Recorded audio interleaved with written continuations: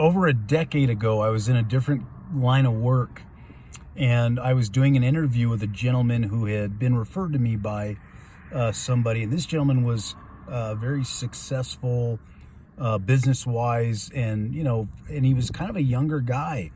He wasn't, he wasn't some old Scrooge-like curmudgeon. He was a younger guy. He was kind of with it, and he said something to me as I was doing this interview that really startled me.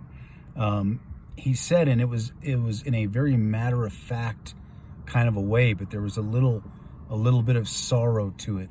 He said, it's almost like the more money I make, the more miserable I become.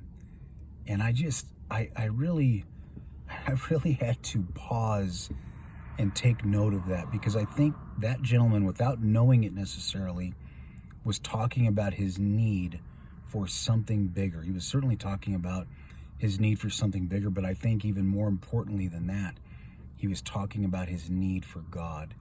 You can have all the money in the world, and in fact, Christ addressed this very eloquently, like he always does, but he said, "What good is it for a man to gain the whole world and yet lose his own soul?"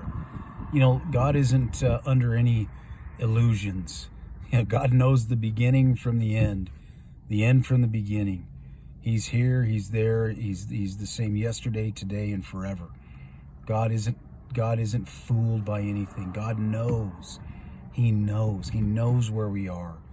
And as I said, I think this gentleman was speaking a very profound and a very deep truth, that all of us, each and every one of us, have a God-shaped hole in our heart, and only God can fill it. This season, Christmas, the Advent season, this isn't just for decorations and chai tea lattes and all the stuff that comes, or pumpkin spice lattes.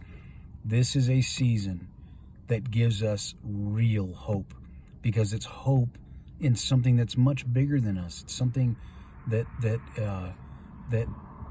takes care of us from the beginning to the end, and that's a hope in Christ.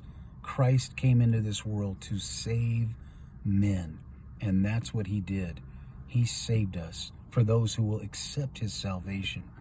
I pray that you have a good week, and I pray that you, as you begin to count down the days to Christmas and to the New Year's, that you will look up and that you will reach towards heaven and accept that hope that is only found in Christ. Have a great week.